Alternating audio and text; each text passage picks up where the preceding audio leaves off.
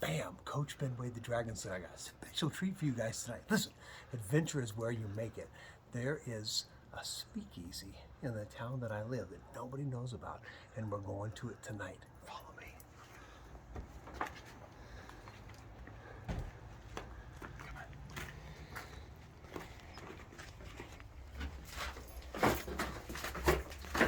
Cruise down here.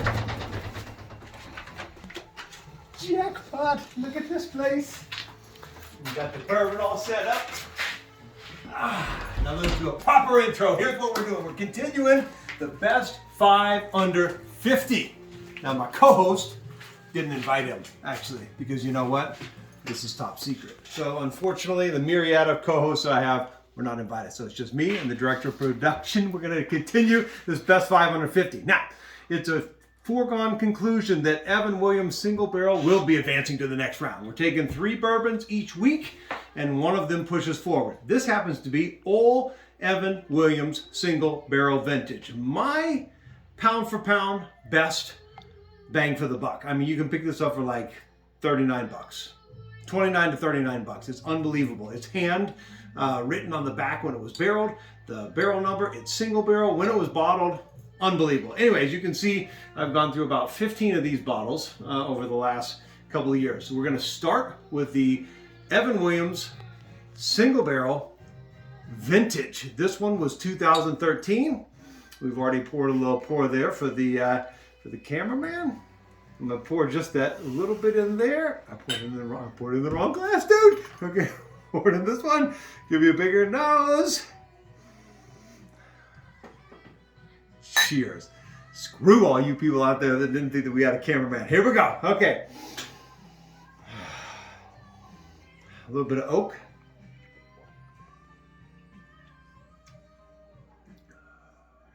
A little bit of charred yumminess, sweet vanilla, toast, a little marshmallow in there. Oh, that's so good. You know what I really wanted to do? I wanted to get down to the bottom if each one of these were in fact different. So sometimes I just randomly order these from online distributors, hoping that I'm going to get an older one. 2012. Somebody sent me a 2012 and a 2013, and lo and behold, I found this down at Keg and Bottle. 2012 or 2011s sitting down there on the bottom shelf. So this one here, that was definitely enough of a sit there to get a flavor, to get a feel of it. It's so smooth. It's like butter on the back end. It's like buttery on the back end. It reminds me of the time I was actually on the Orinoco River and seeing the sleek backs of the pink dolphins slipping in the morning mist under the water. That's what that finish reminds me of. Buttery smooth. There's no burn. There's no heat. If you put a drop of water in here, you're going to ruin it. Okay, so that's a 2013. Is there indeed a difference year to year? We're going to find out right now. Hey, yo.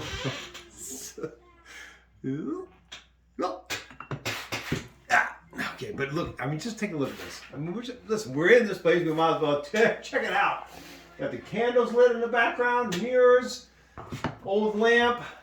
Amazing. Have no idea what this is right here, but it says whiskey as directed. I think that was like a special prescription. That's a prescription for how they used to do bourbon back during Prohibition. That's amazing. Look at that. A friggin' prescription. National Prohibition Act. Gotta love it. Hey, I gotta tell you what. It's been 2 years now. COVID's running all over the world. My family's sick. They got viruses and flus and everything else. And guess what? I got really sick about 2 years ago. And it was the 2 months that I decided to stop drinking bourbon and try to get really healthy. And I went vegan and I ate bourbon. It was the worst thing I ever did, man. I got a permanent eosinophilic gastroenteritis, whatever that is, lifelong thing that might or might not reoccur, but a bourbon a day, as we knew back in the C5752, patent number 1924. A little bourbon, that's going to kill all the ailments. In fact, true story, parasites, typhoid fever, cholera in India in 1984, friggin' malaria on the Amazon in 1998. I've been all over the world, caught all these diseases. But when I drink the bourbon, none of it matters. I stay healthy as a horse. Okay, here we go. This is the 2012. Again, single barrel as a little bit of a cheater here. That Evan Williams single barrel is going to be going through the next round, but it is one of my pound for pound favorites. I can't believe, listen, I got to say this, mad respect, Evan Williams, for not raising your prices like everybody else, for keeping it real, being authentic. This one was bottled on 2/22/20, and it was barreled on 1/25/12. Look at that, still hand writing it. Absolutely love it. These guys are authentic. Remember, epic bourbon tastings, uncut, unfiltered, raw, unedited. Just like these guys. A little less oak on the nose.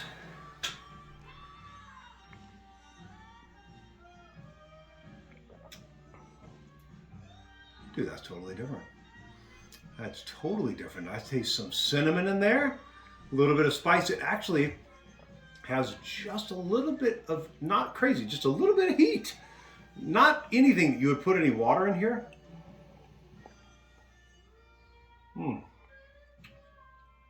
I can smell cinnamon on the nose. That is crazy. Yeah, it's actually a little bit more. You'd think that as we go along, they would be even more mellow. And the 2013 is mellow enough as it is. But this here,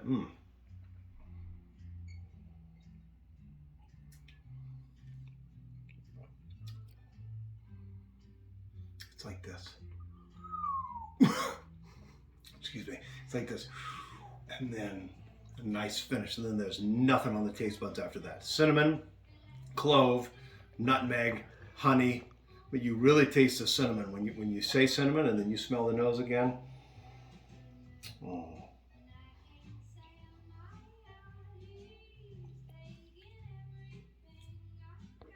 Chew it sometimes, right? Smell it.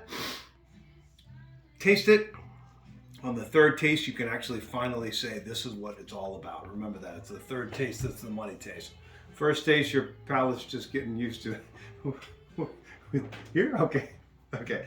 So the first taste, your palate's getting used to it. Your taste buds are like, okay, what's this all about? And then the second tasting, you're like, ooh, now I'm figuring it out. And it's the third taste that's the money shot. That's the money taste.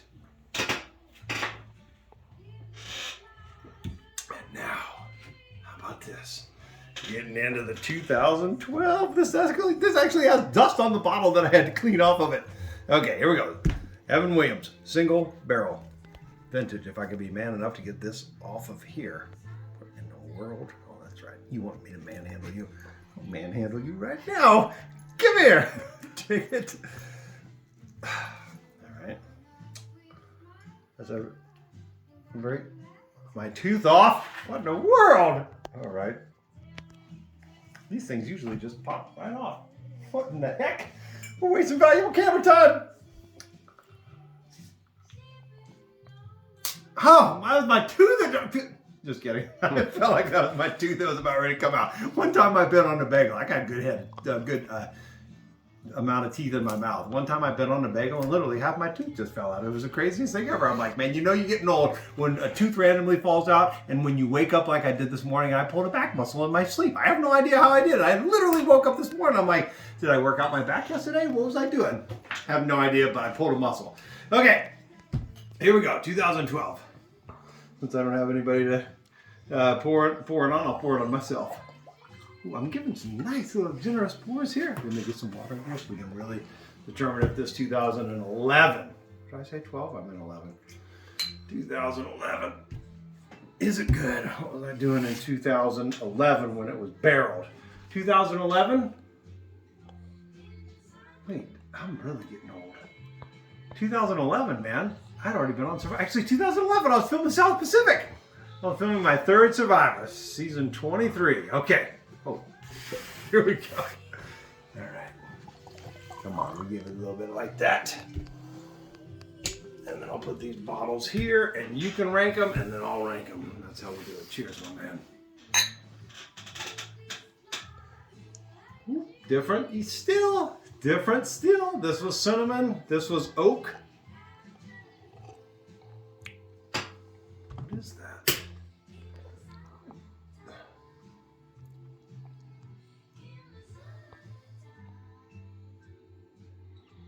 Almost smells a little bit like amaretto on the front end. Or maybe almond?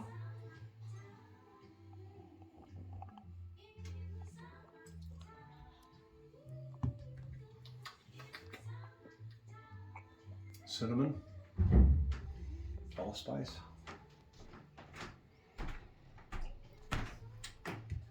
You know what the coolest thing in the world is right now? It's not me doing a little flex, right? It's not me doing a flex or even a dragon flex. It's that nobody in the flipping world knows where I am right now. The sense of anonymity slipping down here in the speakeasy is actually glorious. Nobody knows I'm here. It's amazing. Except for the ghost that's haunting this place. We just heard the footsteps somewhere. I'm not sure if the camera caught that, but I heard it with my ear. Wow.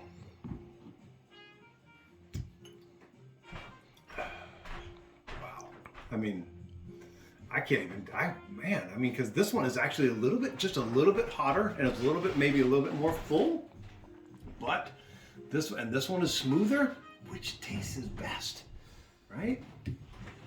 All right, this is an important decision. We're gonna do this, we're gonna do this, and then we're gonna do the taste side by side, just to see. So 2012, 2013. This is what we call back in the day of college, two-fisted drinking.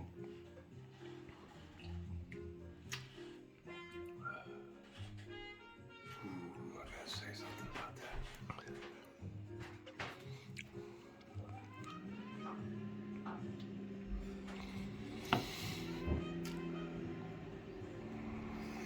That made it.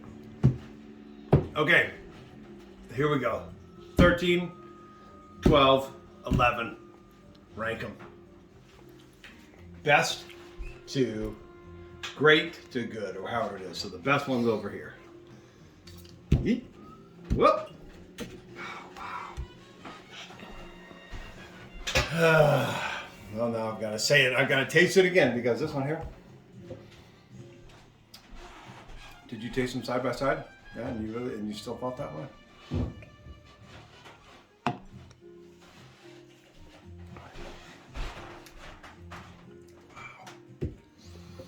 Disagree with you. But who cares, right? They're all good. I'm going to tell you right now. The moral of the day, words of wisdom, whiskey and wisdom. You can't go wrong with Evan Williams single barrel vintage. That's my order right here. We're going to push this bottle forward into the next round. Thanks for joining us once again on Epic Bourbon Tastings. Coach Coin, don't forget the Coach currency. Want to throw that out there?